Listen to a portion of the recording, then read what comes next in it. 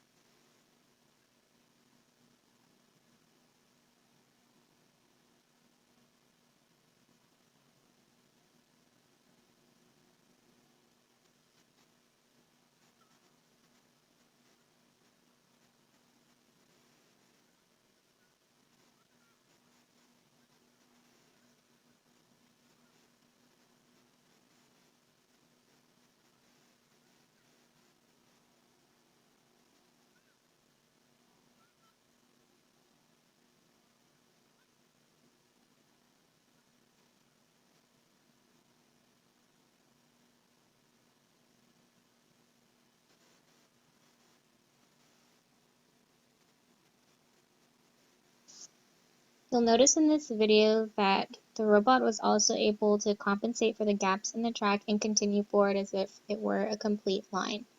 It's important to note that although we tried to get the Scribbler robot to execute the line following demo, we were never actually successfully able to do that. Also include that the printer quality of the paper didn't seem to like to read it at all. We had to switch to tape so it could read.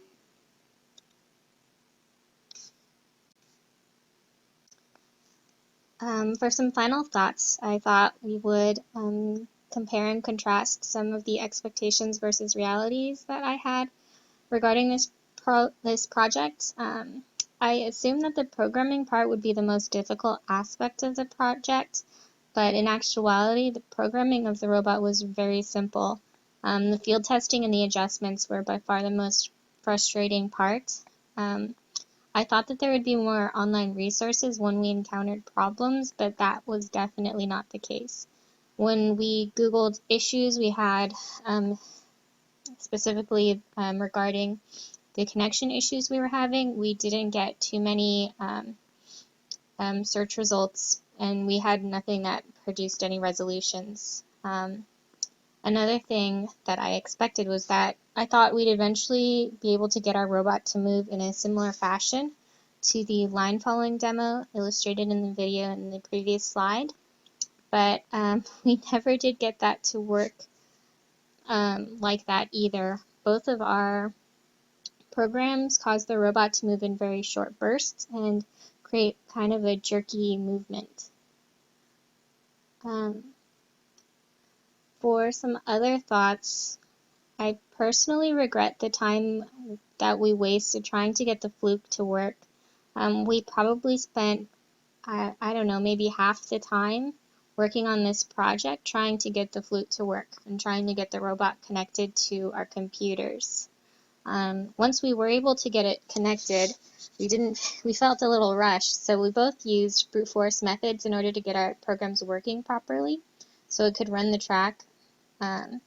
If we had more time, it would be really nice to flesh out some of our turning functions and maybe our lost functions so that it could navigate around the angles more smoothly and wouldn't maybe get stuck in like the backwards forwards motions.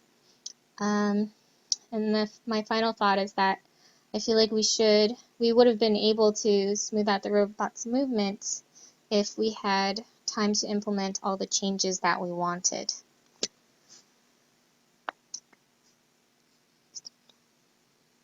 And that's our project. Thank you.